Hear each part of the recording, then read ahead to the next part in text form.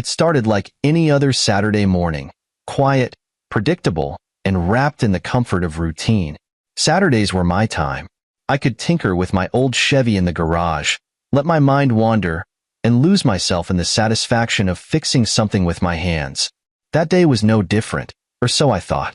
The garage smelled of motor oil and degreaser, the kind of mix that might make others wrinkle their noses but felt like home to me.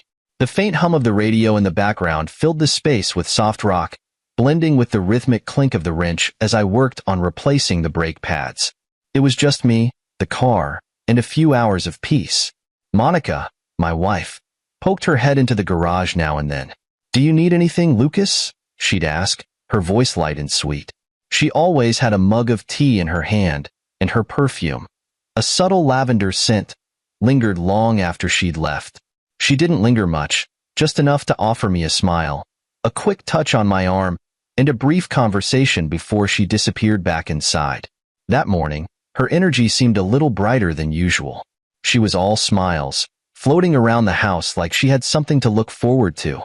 "By the way, Nora and I are hosting a small dinner party tonight," she said when she came in again. "Just a few friends, nothing fancy. Can you help me set up later?" Her tone was casual, almost dismissive, as though my answer didn't really matter. I barely looked up from the car. "Sure, just let me know when," I replied, my voice as neutral as my focus on the rusty bolt in front of me. It all seemed so normal. Monica and her best friend Nora had always been social butterflies, arranging get-togethers for their little circle. It wasn't unusual for them to spend hours chatting over wine, swapping stories, and laughing at jokes that I never quite understood. I didn't mind. It gave Monica joy, and that was enough for me. By late morning, the house had transformed. Monica was bustling between the kitchen and living room, setting up candles and wiping down countertops, her movements quick and purposeful. I caught glimpses of her as I passed by, her hair tied back neatly, her face flushed with the effort of her preparations. She looked happy. At least, that's what I told myself. "Don't forget to clean up before the guests arrive," she teased as I walked through the kitchen, my hands still streaked with grease. I gave her a playful smirk. "What? You don't think they'll appreciate the rugged mechanic look?" She laughed, a sound I'd always found comforting. "Not tonight, Lucas. Tonight, we're aiming for classy." Classy. That word stuck with me for some reason. Maybe it was the way she said it, or maybe it was the way she looked when she said it. Her eyes had this spark, this energy that I hadn't seen in a while. She seemed different, but I shrugged it off. Monica was just excited about the party, I told myself. Nothing unusual about that. The hours slipped by as I finished up in the garage, cleaned myself up, and started helping with the setup. The table was set with our best dishes, the wine glasses polished until they sparkled. Monica had even picked up a new centerpiece, a small bouquet of white roses that added a touch of elegance to the room. "You really went all out this time," I said, setting down the last plate. She smiled, a little too brightly. "It's a special night," she replied, smoothing the fabric of her dress. Something about her tone made me pause, but I shook it off. It was just another Saturday, another dinner party. If only I'd paid more attention to the little details. The spark in her eyes, the way she fussed over her hair and makeup, the slight tremor in her hands as she poured the wine. But I didn't. I let it all slide, dismissing it as excitement. After all, what could possibly go wrong on a calm, ordinary Saturday like this? The doorbell rang at precisely 7 p.m., right on time for Monica's carefully planned dinner party. I was still in the kitchen, finishing up the last of the appetizers she'd asked me to help with, something about needing a masculine touch to the cheese platter. I didn't mind. It was her night, after all, and if slicing cheddar into perfect squares made her happy, so be it. "Can you get that?" Monica called from the living room, her voice light and cheerful. She was already in full hostess mode, flitting around like a butterfly, adjusting candles and double-checking the seating arrangement. I wiped my hands on a towel and headed for the door. Nora, Monica's best friend, was the first to arrive, as usual. She breezed in wearing a dress that looked expensive enough to make me wince, and with her signature air of confidence, she immediately started complimenting everything in sight. "Monica, this is stunning," Nora gushed, her voice dripping with admiration as she took in the table setup. "You've outdone yourself." The others trickled in shortly after, 4 of Monica's colleagues from work, a few plus ones, and then, finally, Caleb. He was the last to arrive, striding in with the kind of confidence that made everyone look twice. Tall, broad-shouldered, and annoyingly charming. He seemed to command the room without even trying. I hadn't met Caleb before, but I'd heard about him. Monica talked about him often, how brilliant he was, how much the company relied on him, how much he had elevated their team. I'd never thought much of it, chalking it up to work admiration. But as I watched him walk in, something about him didn't sit right with me. Maybe it was the way his eyes immediately sought Monica out. Maybe it was the easy familiarity in the way they greeted each other, a little too familiar for my liking. "Caleb," Monica said warmly, her face lighting up as she walked over to him. "I'm so glad you could make it." "Wouldn't miss it," he replied, flashing a grin that seemed a little too perfect. He handed her a bottle of wine, and their fingers brushed briefly, just long enough for me to notice. I clenched my jaw and turned away, pretending to adjust the platter of appetizers on the table. It wasn't the time or place to start questioning things. This was Monica's night, and I wasn't going to ruin it with my suspicions. Not yet, anyway. As the evening wore on, the atmosphere grew livelier. Glasses clinked, laughter filled the room, and Monica seemed to be in her element. She floated effortlessly between conversations, her laugh ringing out like music. I tried to join in, to relax and enjoy myself, but I couldn't shake the feeling that I was an outsider in my own home. It wasn't just Monica and Caleb. It was the way the entire room seemed to orbit around them. They stood too close, their conversations just a little too hushed. Once, when Caleb leaned in to whisper something to her, she laughed softly, her hand brushing his arm. It was subtle, so subtle that no one else seemed to notice. But I did. By the time we sat down for dinner, my unease had settled into a dull ache in the pit of my stomach. I tried to focus on the conversation, to laugh at the right moments, but my mind kept drifting back to Monica and Caleb. The way she leaned toward him, the way his gaze lingered on her just a little too long. And then it happened. It started as a playful exchange, a harmless joke about my cooking skills. Monica teased me about the cheese platter I'd assembled earlier, and I played along, smiling even as the others laughed. But then Caleb chimed in, making some offhand remark about how Monica always fixes everything. The room erupted in laughter, but I didn't find it funny. Something in his tone, in the way he said her name, set my teeth on edge. I tried to let it slide, but Monica's next words were the tipping point. "Oh, Caleb, don't be so hard on him," she said, smiling. "He tries his best." She meant it as a joke, I'm sure, but the way she said it, the condescension, the little smirk, made my blood boil. Before I could stop myself, I fired back with a joke of my own, something about Caleb's tie being as obnoxious as his laugh. It was petty, I'll admit, but I couldn't help it. The room went quiet for a moment, the tension palpable. And then Monica, my wife, did something I never thought she'd do. She picked up her plate of spaghetti, smiled sweetly, and threw it right at me. The plate hit my chest with a wet splat, spaghetti and sauce flying everywhere. For a moment, no one moved. Then the room erupted in laughter. Loud, raucous laughter. I stood there, frozen, as the sauce dripped down my shirt. Monica was laughing, Caleb was laughing, and so were the rest of them. They weren't laughing with me. They were laughing at me. Something inside me snapped. I didn't yell. I didn't storm out. I simply excused myself, wiped the sauce from my face, and walked into the kitchen. I could hear them laughing as I left the room, their voices echoing in my ears like nails on a chalkboard. In that moment, I knew one thing for certain. This wasn't over. Not by a long shot. I stood in the kitchen, staring at the dish towel in my hand, the faint smell of marinara sauce clinging to me like a bad memory.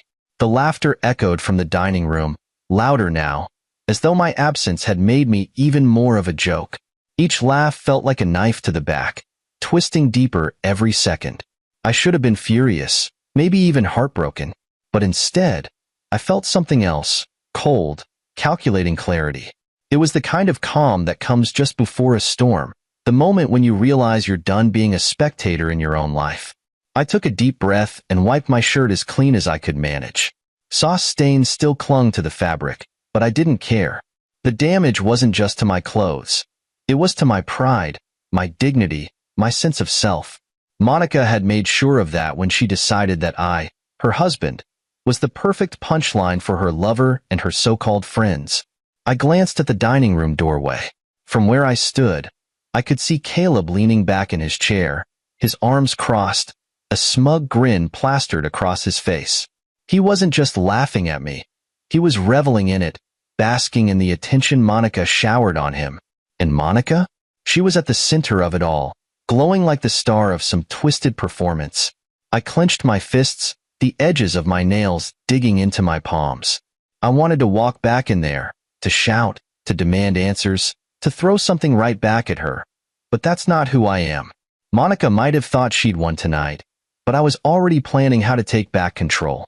Instead of storming in, I quietly opened the fridge, grabbed a beer, and leaned against the counter. I sipped it slowly, letting the cold bitterness settle in my chest. The laughter eventually quieted, replaced by the murmur of casual conversation. I could hear Monica's voice, sweet and melodic, effortlessly charming the group. It sickened me. When I finally walked back into the dining room, I made sure my expression was neutral. If they thought they'd rattled me, they were wrong. I wouldn't give them the satisfaction. Well, I said lightly, brushing imaginary crumbs off my shirt. That's one way to ensure the party is memorable. The room froze for a moment, and then the laughter started again. Caleb clapped me on the shoulder, the audacity of his gesture making my skin crawl. "You're a good sport, man," he said, his voice dripping with false camaraderie. "Not everyone can take a joke like that." I forced a tight smile. "Oh, I can take a joke," I replied, my tone calm. "But you know what they say, sometimes the punchline comes later." The subtle thread in my words seemed to pass over most of them, but not Monica. Her smile faltered for just a second, her eyes flickering with something I couldn't quite place. Unease, maybe, or guilt. Whatever it was gone as quickly as it appeared, replaced by her usual veneer of charm. The rest of the dinner passed in a haze of forced conversation and polite smiles. I played my part well, nodding and laughing at all the right moments, even as my mind worked overtime. I observed everything, the way Monica and Caleb exchanged subtle glances, the way her hand lingered on his arm for just a second too long, the way he leaned toward her when he thought no one was looking. They were sloppy, the both of them, too comfortable in their deceit to realize they were being watched. As dessert was served, a rich chocolate cake Monica had proudly baked herself, I noticed how Caleb's slice was just a little larger than everyone else's. A small detail, but it spoke volumes. Monica placed his plate in front of him with a smile that was far too intimate, far too familiar. My stomach turned. By the time the guests began to leave, I felt like a volcano ready to erupt. Monica stood at the door, saying her goodbyes, her laughter ringing out as Caleb kissed her cheek before leaving. I stayed in the background, silent and unreadable, watching as she closed the door and leaned against it, a satisfied smile playing on her lips. "Well," she said, turning to me, "that was a success, don't you think?" I met her gaze, my expression unreadable. "Oh, it was definitely memorable," I said, "but let's hope no one chokes on all that laughter." Her brow furrowed, just for a moment, before she shrugged and headed upstairs. "I'm exhausted," she called over her shoulder. "Don't stay up too late." I stood in the empty dining room, staring at the remnants of the evening. The half-empty wine glasses, the crumpled napkins, the plates smeared with sauce and crumbs. It looked like a battlefield, and in many ways, that's exactly what it was. Monica thought she'd won tonight, but she didn't realize the game had just begun. I wasn't going to confront her yet. No, that would be too easy, too impulsive. I needed to bide my time, to gather my ammunition, to make sure that when I finally struck, there would be no escape for her or for Caleb. I began cleaning up the table, my mind racing with possibilities. This wasn't just about humiliation anymore. It was about reclaiming my dignity, my pride, my life. Monica had made her move.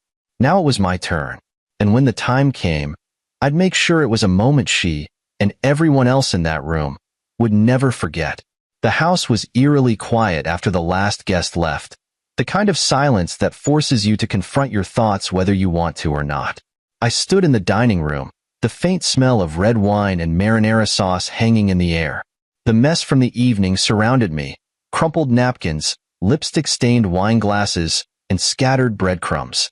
But my mind was elsewhere. Monica had gone upstairs, humming softly to herself as though the night had been a complete success. I could still hear her faint footsteps above me, moving toward our bedroom, completely oblivious to the storm brewing in my head. I grabbed a glass of water and sat at the table, staring at the empty chair where Caleb had been sitting earlier. His smug grin was seared into my memory, a reminder of everything I'd ignored for far too long. Tonight had been the tipping point. That plate of spaghetti wasn't just food thrown in anger. It was a declaration, a challenge, a dare. She thought I'd take it, that I'd laugh it off and continue being the silent fool. But she was wrong. The funny thing about betrayal is that it sharpens you. Every word, every glance, every detail starts to take on new meaning. Sitting there at that table, I began piecing it all together. The late nights at work, the polished excuses, the overly familiar way Caleb had looked at her tonight. It wasn't paranoia anymore. It was truth. And once you see the truth, you can't unsee it. I didn't rage. I didn't cry. Instead, a cold clarity washed over me, like stepping into icy water. Revenge isn't about anger. It's about precision, about control. I wasn't going to scream or confront her tonight. No, that's what she'd expect. She prepared for that, rehearsed the lies, smoothed the edges of her excuses. But what she hadn't prepared for was me staying calm. I leaned back in my chair, my mind racing as I began to plan. This wasn't going to be an emotional outburst. It was going to be methodical, calculated, undeniable.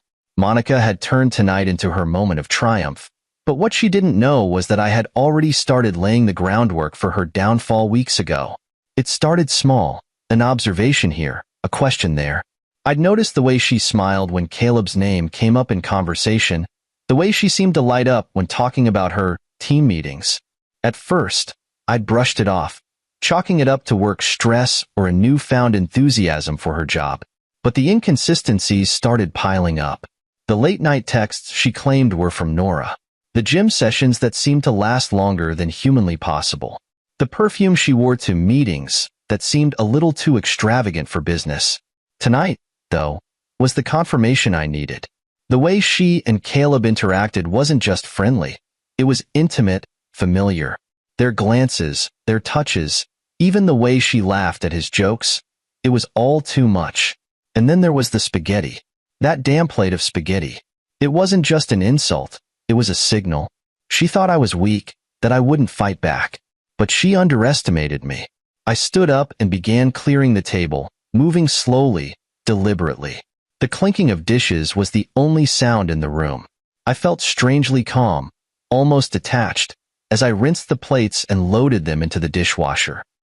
My movements were automatic, my mind focused entirely on what needed to be done. The first step was simple: gather evidence. If Monica was going to betray me, I needed proof. Real, undeniable proof that would leave no room for doubt. I wasn't going to confront her with half-baked suspicions or circumstantial nonsense. No, I wanted the truth laid bare, every sordid detail exposed.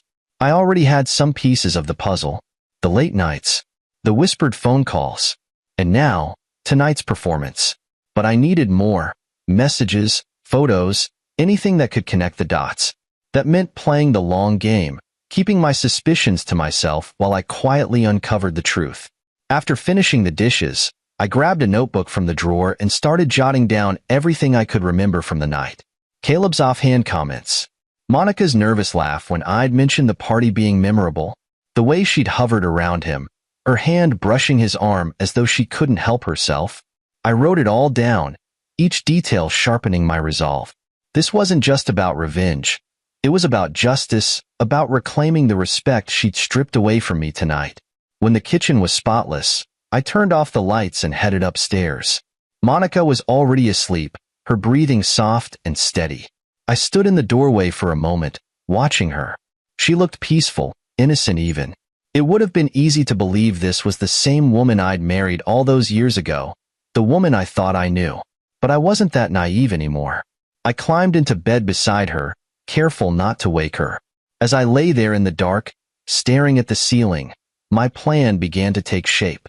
This wasn't going to be a quick, impulsive act of vengeance. It was going to be thorough, meticulous, and unforgettable. Monica had made her move. Now it was my turn. And when the time came, I wouldn't just expose her betrayal. I'd make sure she felt the weight of every choice she'd made, every lie she told, every laugh she'd shared at my expense. The cracks in our marriage had been forming for months, maybe even years. Tonight, they turned into a chasm. And soon, I was going to bring the entire facade crashing down. The morning after the party, the house was unnervingly still. Monica was in the kitchen, humming softly as she prepared her usual green smoothie, completely oblivious to the growing storm in my head. I sat at the table, nursing a cup of coffee, watching her as though I were observing a stranger. Everything about her seemed calculated now. The precise way she measured the spinach, the way her smile flickered on and off, almost like a mask. "How are you feeling this morning?" she asked, glancing at me over her shoulder. I forced a smile. "Fine. Tired, maybe." My voice was even, neutral. No emotion. She didn't notice, of course. Why would she? She thought she had me figured out, thought I was still the clueless husband she could laugh at with her lover and friends. But today wasn't just another day. Today was the beginning. After she left for her work meeting later that morning, I got to work. If I was going to expose Monica and Caleb, I needed evidence. Undeniable, unshakable evidence. And I wasn't going to wait for it to fall into my lap. The first step was setting up a tracker.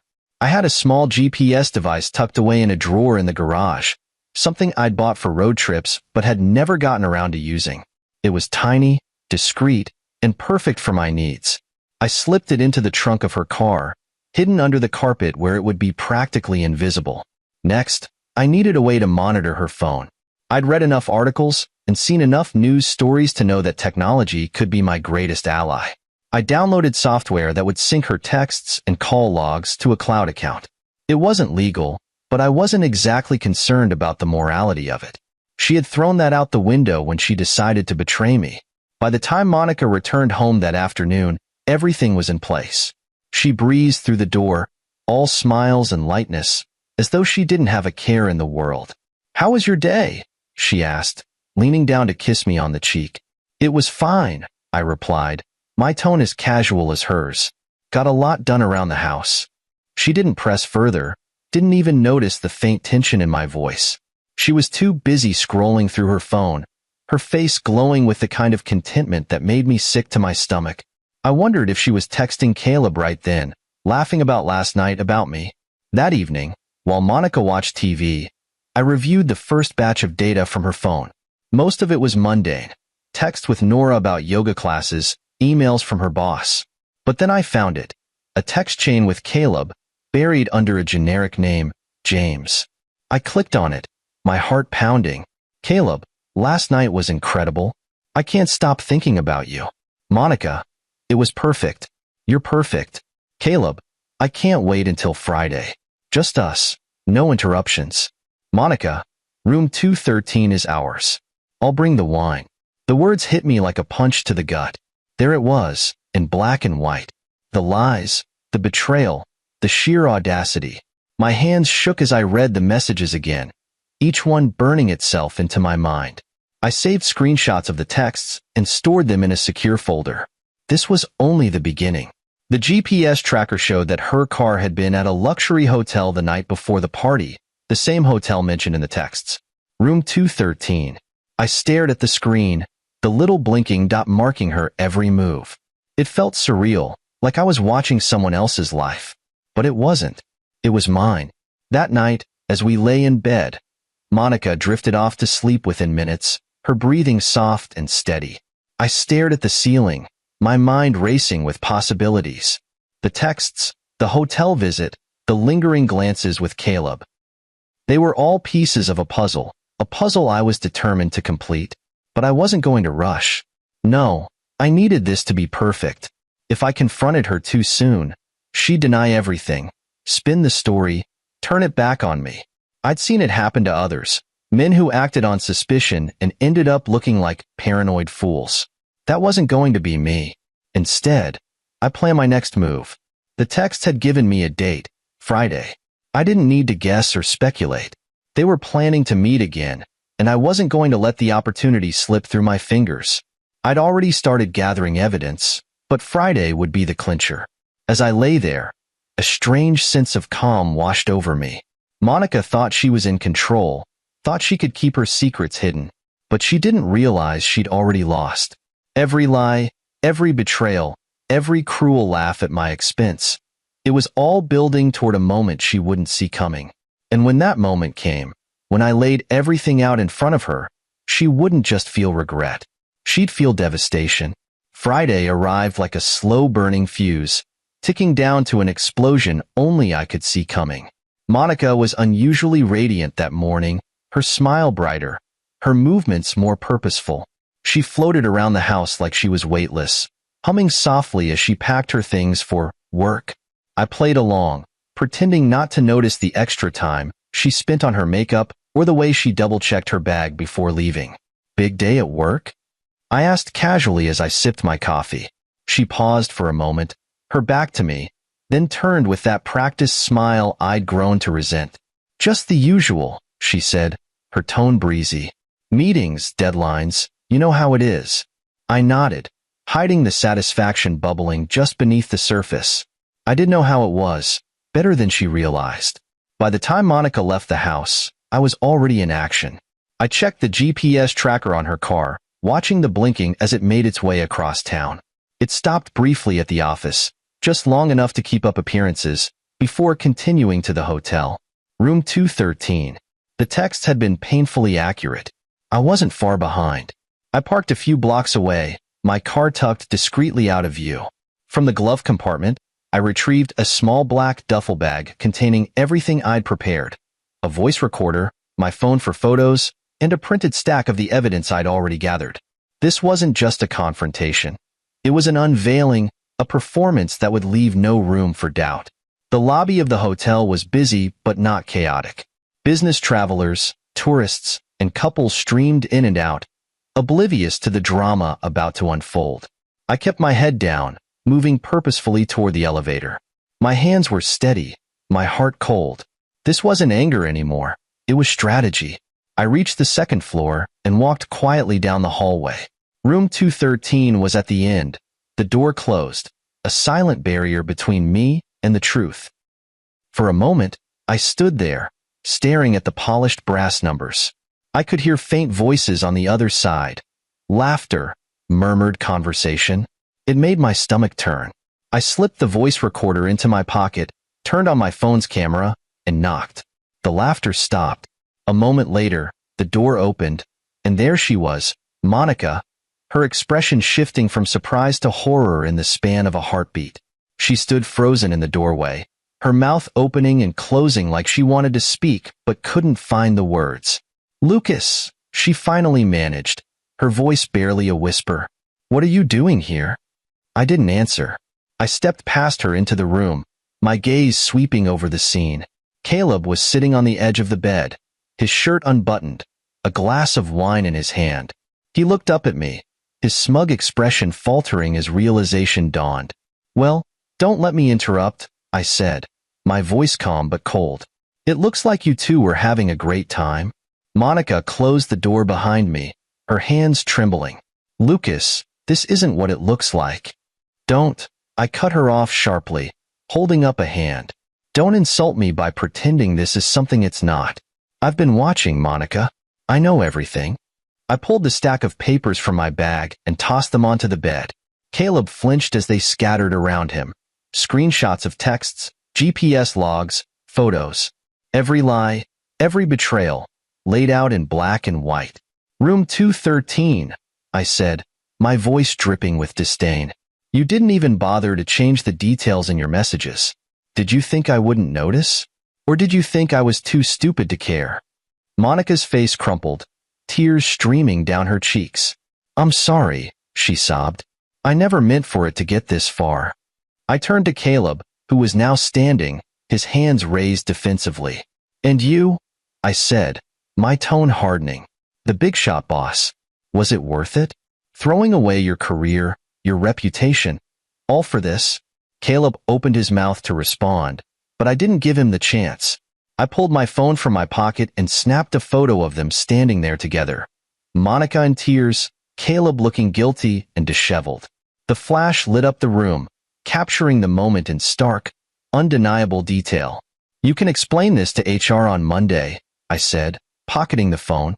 I've already sent everything to your company's board of directors.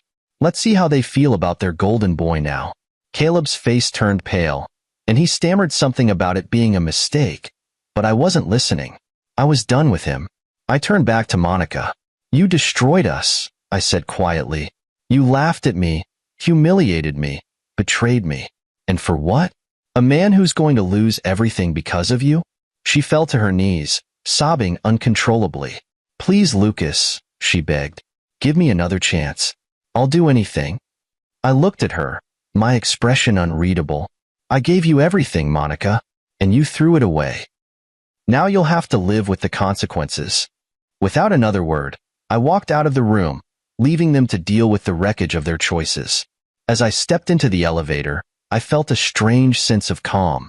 The chaos was over, but for Monica and Caleb, it was just beginning. The drive home was eerily quiet, the weight of what had just transpired settling over me like a heavy fog. I gripped the steering wheel tightly, my knuckles white as I replayed the confrontation in my mind. Monica's tear-streaked face, Caleb's pale, panicked expression. It was everything I'd imagined and more. But the satisfaction I thought I'd feel was fleeting. There was still more to be done. I parked in the driveway, stepping into the house that now felt more like a battlefield than a home. The mess from the dinner party earlier in the week was long gone, replaced with a chilling sterility. It was as if the house itself was holding its breath, waiting for the next move. And I already knew what that move would be. The evidence I'd gathered wasn't just for Caleb's employer. It was for Monica's carefully constructed life, too. She had spent years cultivating a reputation among her friends, colleagues, and community as the perfect wife, the charming hostess, the ambitious professional. But now, I was about to rip that facade apart piece by piece. I walked to the living room and powered on the TV. The flash drive containing everything, the texts, the photos, the voice recordings, was in my pocket. My hands were steady as I inserted it into the USB port and queued up the slideshow. The first image appeared on the screen. Monica's text exchange with Caleb, their flirtatious banter laced with betrayal. It wasn't just for me anymore. This wasn't about personal revenge. It was about exposing the truth to everyone who thought they knew her. By the time Monica's car pulled into the driveway, I was ready. She entered the house hesitantly, her eyes red and swollen from crying. She stopped when she saw me standing in the living room, the TV glowing behind me like an ominous beacon. Lucas, she began, her voice trembling. Sit down, I said, my tone cold and commanding. She hesitated but complied, sinking into the couch like a prisoner awaiting their sentence. You think I don't know you, Monica? I asked, pacing slowly in front of her. You think I'm blind? That I've been deaf to your lies?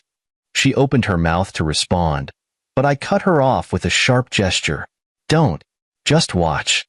I picked up the remote and clicked the play button. The first slide appeared on the screen. A photo of her car parked outside the hotel, the timestamp clearly visible in the corner. Her face went pale. The next slide showed the texts. Caleb, room 213 is ours. Monica, I can't wait. She covered her mouth with her hands, tears streaming down her face. Lucas, please. I ignored her, advancing to the next piece of evidence. The audio recording played next, Caleb's voice echoing through the room. You make me feel alive, Monica. Her reply followed, the words cutting like knives. Lucas doesn't see me anymore. I feel invisible with him. The silence that followed was deafening. Monica buried her face in her hands, her shoulders shaking with sobs. I stood there, unmoving, watching as the woman I thought I knew unraveled before me. You destroyed us, I said finally, my voice low but firm. You laughed at me in front of your lover, in front of your friends. You humiliated me. And now, everyone will see the truth. Her head snapped up, panic flashing in her eyes. What do you mean? I gestured to the flash drive. This isn't just for you. It's for them. Caleb's boss has already seen it. Your friends will, too. They'll know who you really are, Monica.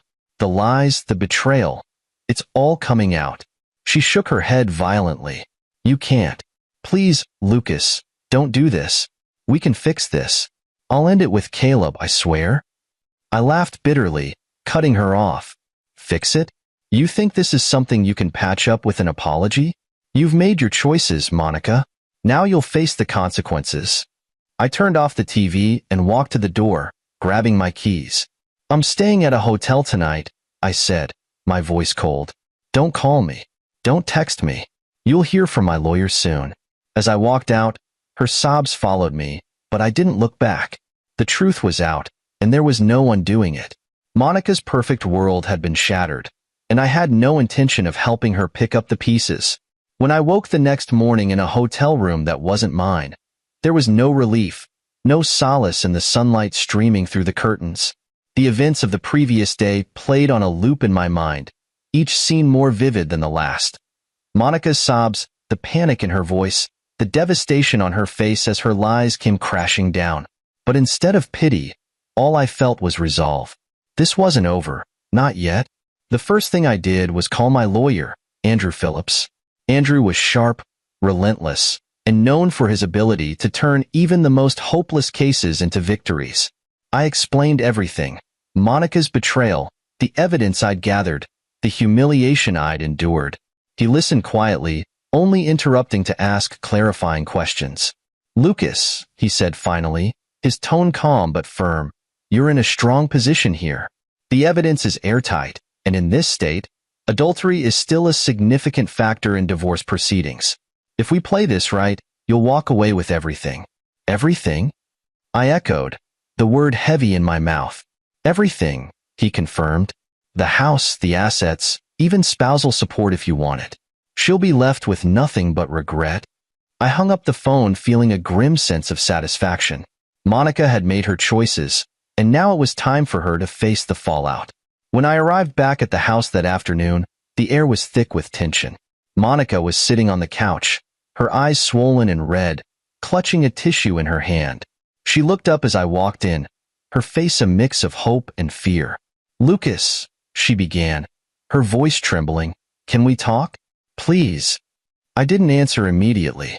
I set my keys down on the table and stood there, staring at her. For a moment, I saw the woman I had fallen in love with all those years ago, the woman I had built a life with. But that image was shattered by the memory of her betrayal. There's nothing to talk about, I said finally, my tone cold. I've already spoken to my lawyer. You'll be hearing from him soon. Her face crumpled, fresh tears spilling down her cheeks. Lucas, I made a mistake, a terrible mistake, but we can fix this. We can go to counseling, start over. I cut her off with a bitter laugh. Start over? Monica, you didn't just make a mistake.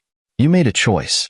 A deliberate, calculated choice to betray me, to humiliate me in front of your lover and your friends. And now you want forgiveness? It's too late.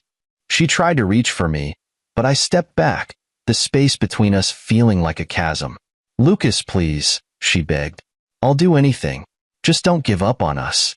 I shook my head, the weight of her words barely registering. You gave up on us the moment you let him into our life. This isn't something you can fix with an apology, Monica. This is the end.